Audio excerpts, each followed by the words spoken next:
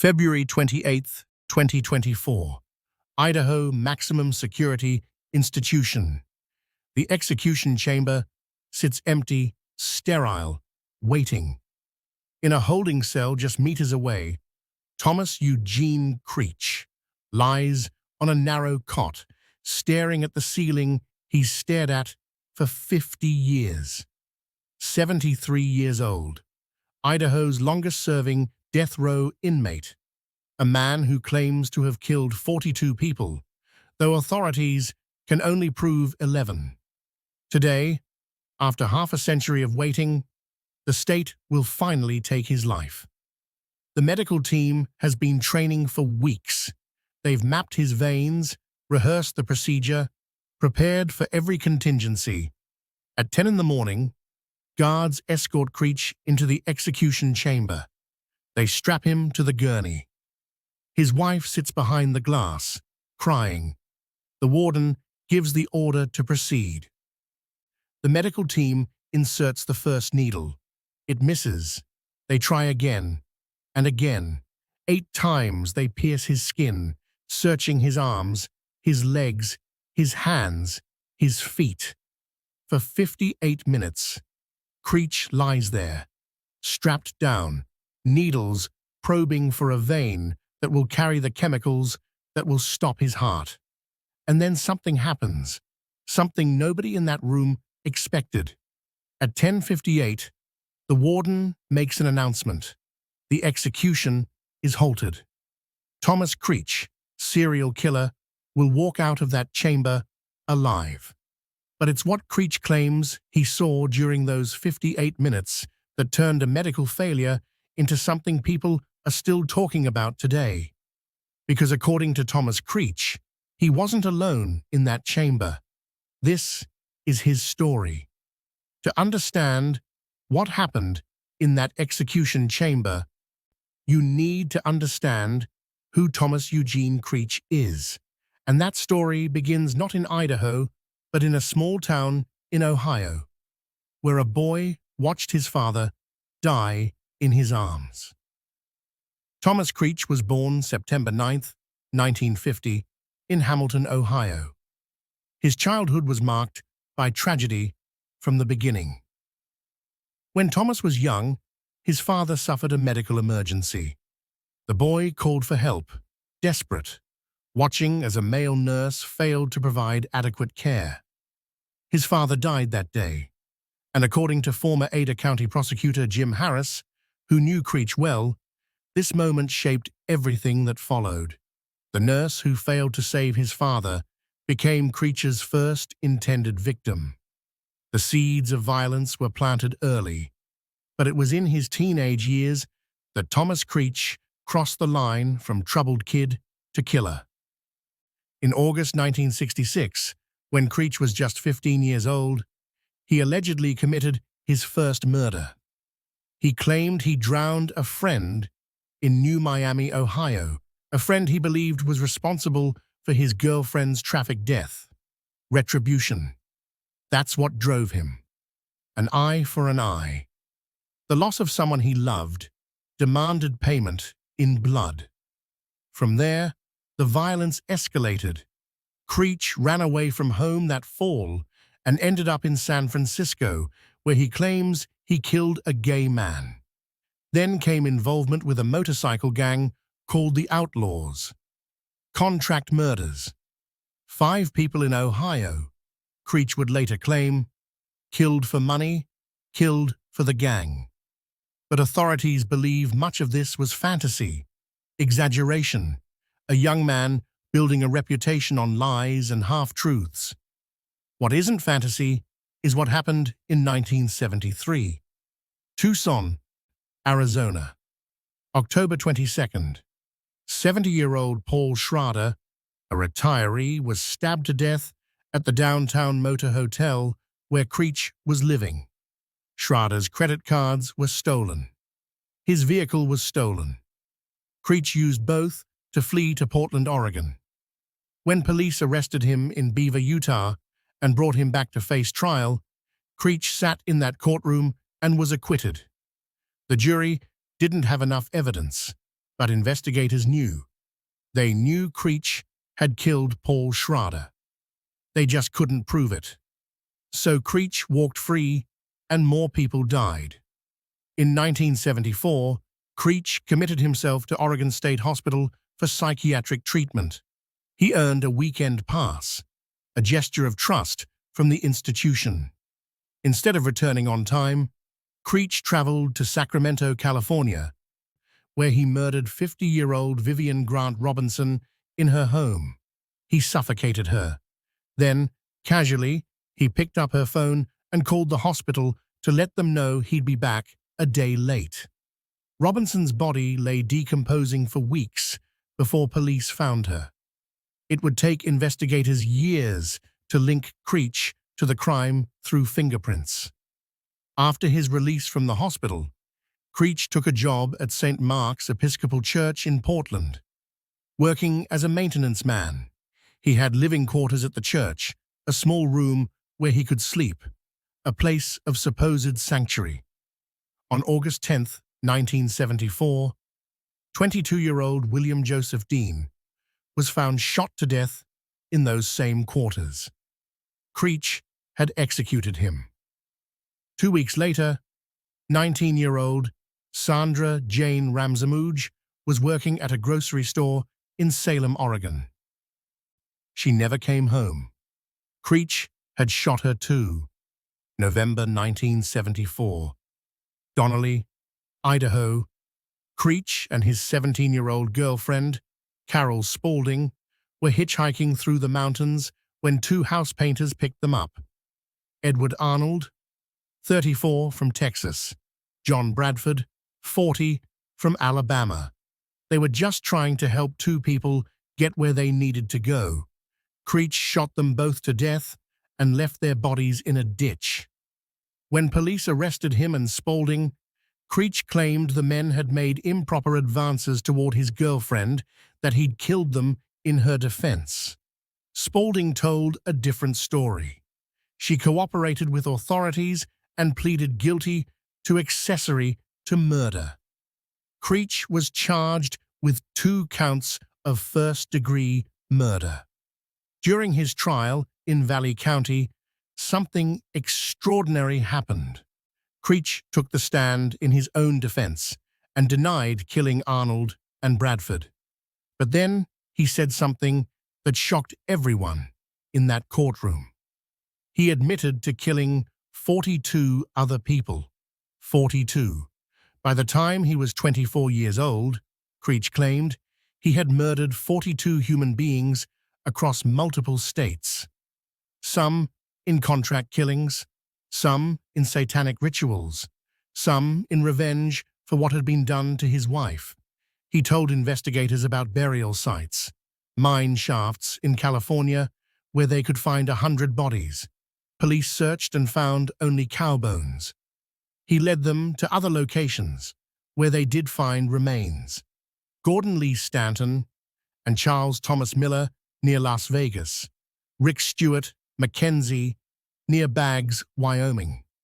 Bodies scattered across the American West like breadcrumbs marking Creech's path of destruction. Most of his confessions were lies. Prosecutors and investigators could see that. When Creech described supposed satanic rituals, they realized he was quoting word for word from an issue of Playboy magazine. But enough of his confessions were true that police knew they were dealing with a genuine serial killer. Authorities eventually linked Creech conclusively to 11 murders. He was convicted of 5. For the Valley County murders, Creech received the death penalty. Idaho law at the time made death automatic for first-degree murder.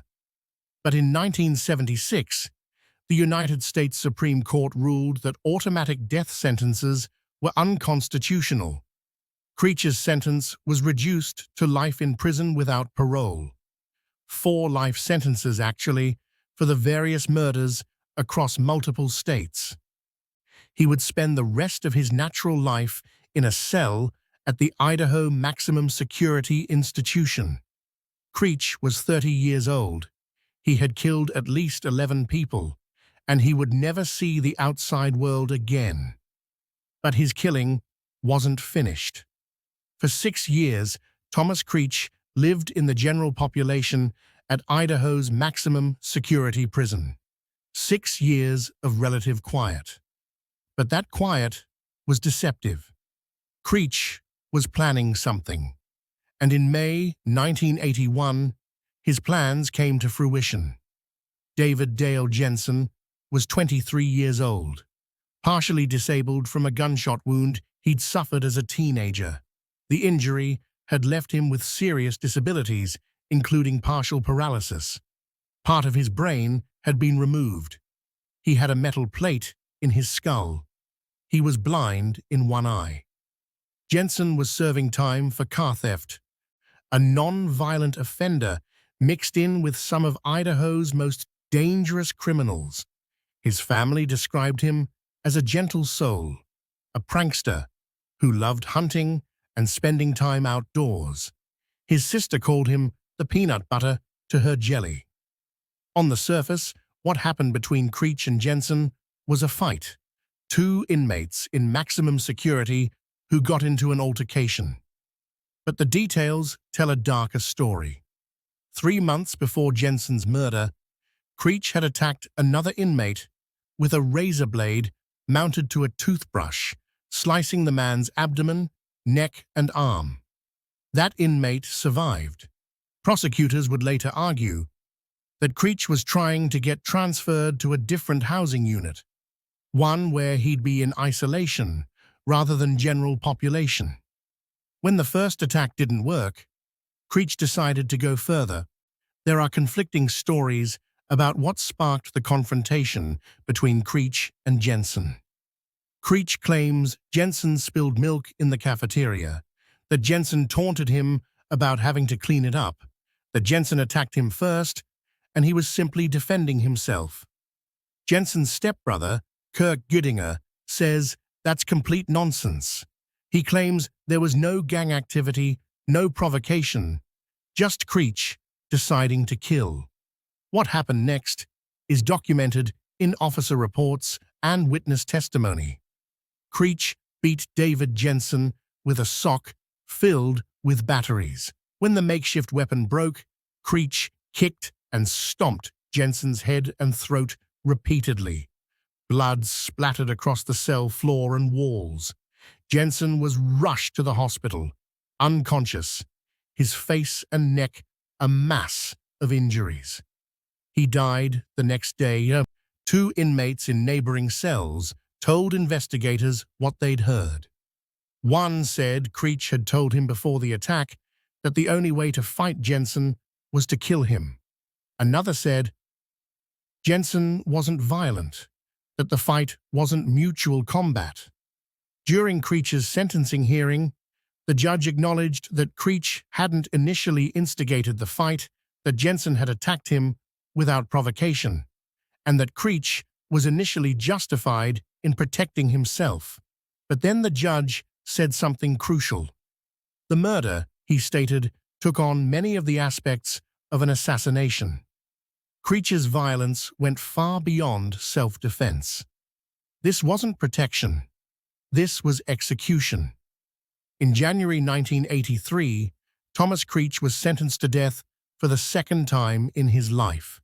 He pleaded guilty to Jensen's murder, bringing his total murder convictions to 5 across 3 states.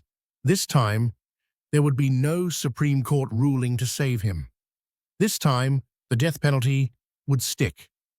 Jensen's daughter was 4 years old when her father was killed. At Creech's clemency hearing, decades later, she would speak about growing up without him, about never getting to know the man her father was, about how unfair it felt that Creech was still alive when her father wasn't. And so Thomas Creech went to death row. The year was 1983. He was 33 years old.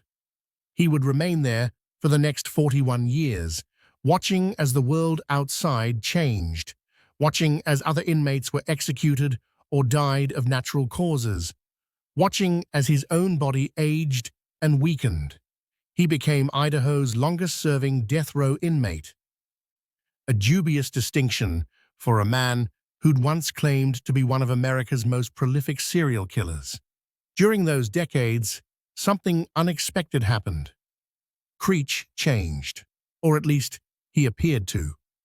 Prison staff began to describe him as a model inmate.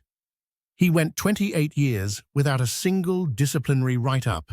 He wrote poetry for corrections officers, sending them verses of support or condolence. The director of Idaho's prison system asked Creech to serve as an ambassador for visitors because he was, in the director's words, the most stable and respectful person on death row. Creech found religion, describing himself as a devout Christian, saying he understood that he needed the Lord's forgiveness for his actions. Former prison staff testified on his behalf at his clemency hearing.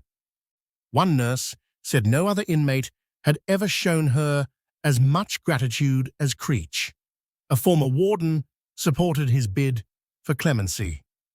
Even the judge who had originally sentenced him to death wrote in support of commutation. These people knew Creech as Tom, an elderly man who'd spent half a century in a cell, who'd become remorseful, who seemed to pose no threat to anyone. But prosecutors saw it differently. Ada County Deputy Prosecutor Jill Longhurst called Creech a charming, likable sociopath who hadn't changed at all. She reminded the commission that Creech was the most prolific serial killer in Idaho history, that he'd killed while in prison before, with full knowledge that it would likely result in a death sentence, that giving him life without parole would mean returning him to general population, where he'd have access to other inmates, putting them at risk. The debate was philosophical as much as legal. Is rehabilitation possible for a serial killer? Can someone who has taken so many lives truly change? Should mercy be extended to those who showed no mercy to their victims? On January 19, 2024, the Idaho Commission of Pardons and Parole held Creech's clemency hearing. Jensen's family attended, delivering powerful victim impact statements about the pain Creech had caused, about the decades they'd lived without David, about their belief that justice demanded Creech's execution. The commission voted 3-3, with one abstention. Without a clear majority,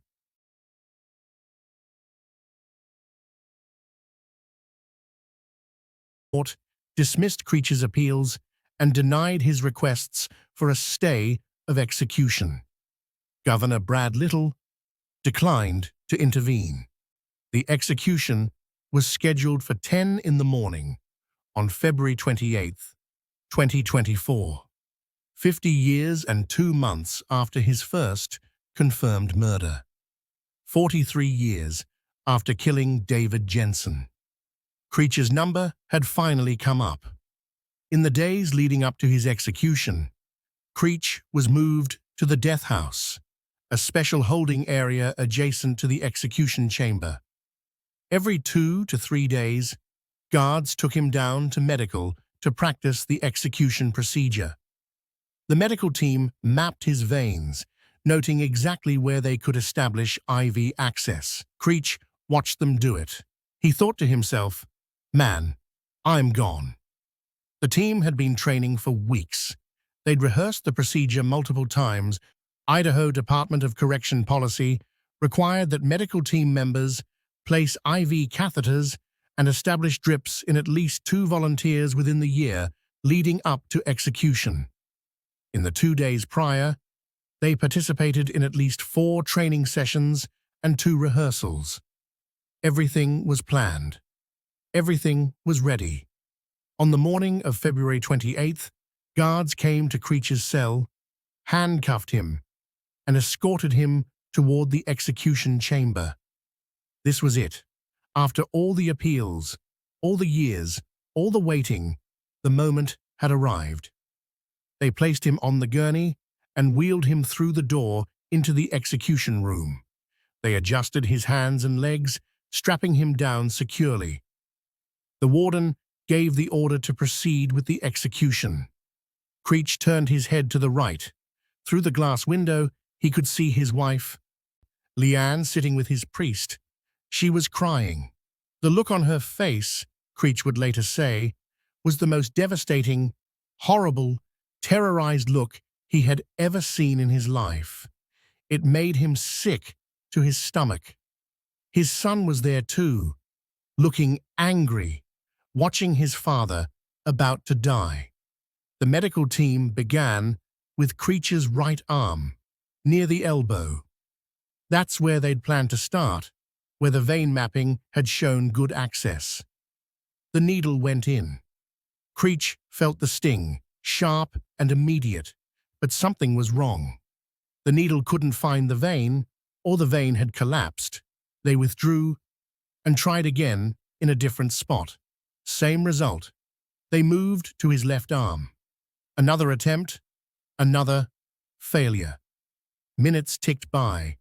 The team moved to his hands, searching for smaller veins there. Nothing. They tried his legs, his feet. Each time the needle pierced his skin, Creech felt it. Each time it failed to establish the IV line they needed to pump pentobarbital into his system. The room was silent, except for the quiet conversations of the medical team, the soft crying of Leanne behind the glass. Creech lay strapped to the gurney, needles probing his body, trying to find a pathway to his death. The Idaho Department of Correction would later report 8 attempts. Creech remembers 10. Regardless of the exact number, the result was the same. His veins had collapsed, the walls squeezing shut, preventing blood from flowing through. The quality of the veins that the team could access wasn't sufficient for them to feel confident administering the lethal chemicals. And then, somewhere in those 58 minutes, something happened that Creech struggles to explain even now. He looked up and saw figures standing on either side of his bed. Angels, he thought, or believed, or hoped. He doesn't know if it was wishful thinking or if he actually saw them, but the image was clear in his mind. Angels standing guard over him. As the execution team failed again and again to find a viable vein. Creech started crying. He pointed up to the sky and mouthed the words to his wife through the glass that he was sorry. At 10:58 in the morning, after nearly an hour of attempts, Idaho Department of Correction Director Josh Tewalt consulted with the medical team leader. The decision was made. The medical team could not establish an IV line. The execution could not proceed.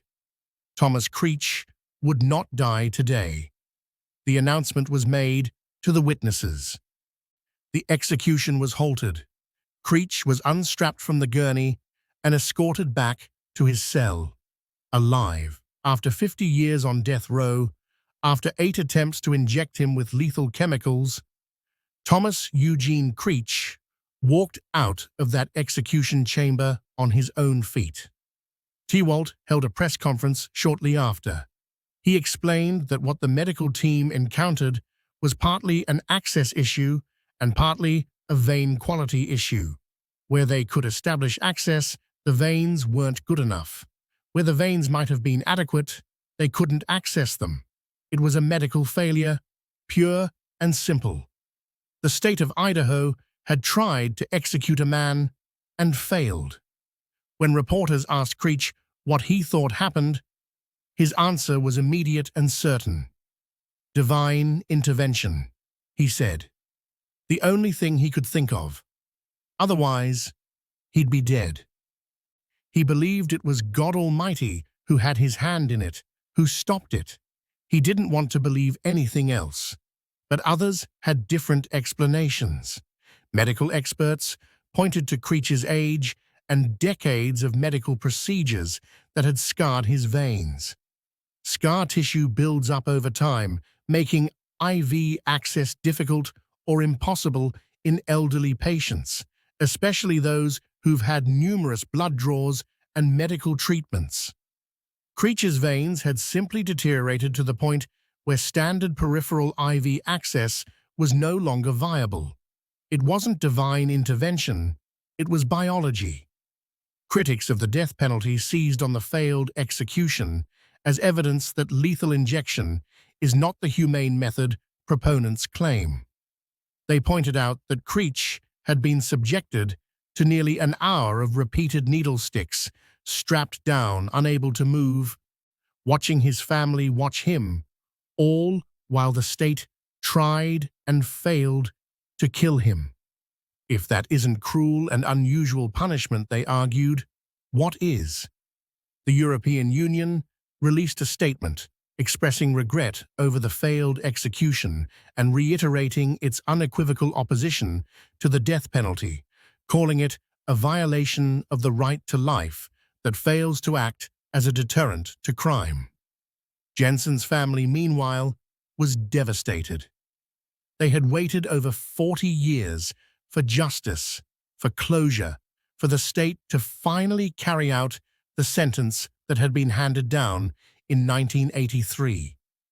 And now they were being told it didn't work, that Creech was still alive, that they would have to wait longer. Kirk Giddinger, Jensen's stepbrother, was furious. He rejected Creech's claim of divine intervention. There were no angels in that chamber, he said, just a medical team that couldn't do its job. Creech's attorneys with the Federal Defender Services of Idaho argued that attempting a second execution would constitute cruel and unusual punishment under the Eighth Amendment. Their client had already been subjected to the trauma of a botched execution. Forcing him to go through it again would be unconstitutional. They filed motions seeking to block any future execution attempt. But the state of Idaho wasn't finished. If the execution failed because of vein access issues, they would solve the vein access problem. Over the summer of 2024, the Idaho Department of Correction made renovations to F Block, the unit housing the execution chamber. They constructed a new execution preparation room, a separate space where the medical team could work to establish what's called a central line. Unlike peripheral IV access, which uses small veins in the arms, hands, legs, or feet, a central line goes into major veins in the chest, neck, or groin. It's a more invasive procedure, typically performed in hospitals under sterile conditions, but it provides direct access to large veins that won't collapse under pressure. Under the new protocol, condemned inmates would first be led into the execution preparation room, away from the view of witnesses. The medical team would determine if they could establish peripheral IV access. If not, they would insert a central line. Only once an IV line was successfully established would the inmate be led into the execution chamber where witnesses could observe. A live audio and video feed from the preparation room would be available to witnesses, but they wouldn't see the actual procedure through glass. The state announced the new procedures with little fanfare, framing them as necessary improvements to ensure executions could be carried out efficiently and humanely. Critics saw it differently. Idaho was acknowledging that its execution process had failed so badly that they needed to completely redesign it, and they were planning to use Thomas Creech as their test case. On October 16, 2024, 4th District Judge Jason Scott signed a new death warrant for Thomas Creech. The execution was scheduled for 10 in the morning on November 13th. Creech's attorneys were appalled. In a written statement, Federal Defender Services attorney Deborah Chuba said Idaho was seeking to become the first state in American history to attempt lethal injection a second time on the same inmate after failing the first time. Other states that had botched executions, she noted, took significant steps to examine what went wrong before trying again. Arizona appointed a retired federal judge to conduct an independent review. Tennessee hired a former federal prosecutor to investigate. Idaho had done nothing. No accountability, no independent review, just a rush to execute. The same medical team that couldn't find a vein 8 times would now be tasked with performing the more complicated and risky procedure of inserting a central line. Juba called it reckless, saying the state was sacrificing common decency and humanity in its haste for an execution. She noted that Creech, now 74 years old, was suffering from significant mental health issues because of the trauma he'd been subjected to during the failed execution. Forcing him through it again, she argued, would be cruel and unusual punishment, violating his Eighth Amendment rights. Creech's legal team fought on multiple fronts to stop the execution. They filed motions arguing constitutional violations. They requested a new clemency hearing, which was denied. They appealed to higher courts. On October 29th, the full Idaho Parole Commission declined to reconsider his case. The execution remained scheduled. But as of today, December 1st, 2025, Thomas Eugene Creech is still alive. Legal challenges have continued. Courts have issued stays. The November 13th execution date came and went without Creech being led back into that chamber. Whether Idaho will ultimately succeed in executing him remains to be seen. Whether they should try remains a matter of fierce debate. So what do we make of Thomas Creech? What do we make of the man who claims 42 murders, who's been convicted of 5, who spent 50 years on death row waiting to die, who survived his own execution? Is he a monster? Certainly, the facts support that conclusion. He killed at least 11 people, including a disabled young man in prison who couldn't adequately defend himself. He showed no mercy to his victims. Paul Schrader, stabbed to death in his motel room. Vivian Robinson, suffocated in her own home. William Dean, shot in a church. Sandra Ramsamouj, killed at her workplace. Edward Arnold and John Bradford, murdered for giving 2 strangers a ride. David Jensen, beaten to death with a sock full of batteries. These were real people with real families who loved them and mourned them. Their lives were cut short by Thomas Creech's violence. Is he reformed? His supporters say yes, pointing to decades of good behavior in prison, to the relationships he's built with staff, to his expressed remorse and Christian faith. His detractors say no, that he's simply an aging sociopath who's learned to play the role of a changed man, that his charm and good behavior are manipulation, that he would kill again if given the opportunity. Was his failed execution divine intervention? Creech believes it was, that God reached down and prevented the state from taking his life. Angels standing beside his bed, protecting him in his moment of greatest vulnerability. It's a powerful image, one that resonates with people of faith, one that suggests Creech's life has meaning beyond his crimes, that redemption is possible even for serial killers. Or was it simply a matter of collapsed veins and medical incompetence? A 73-year-old man whose body had deteriorated to the point where standard medical procedures no longer worked. An execution team that trained extensively but still couldn't perform under pressure. Human error rather than divine intervention. The truth is probably somewhere in between. Creech's veins collapsed because he's elderly and has spent decades in prison with inadequate medical care. But whether that's biology or providence depends on what you believe about how God works in the world. Does God cause veins to collapse? Or does God simply allow natural processes to unfold in ways that serve his purposes? These are the questions that make Thomas Creech's story more than just another execution case.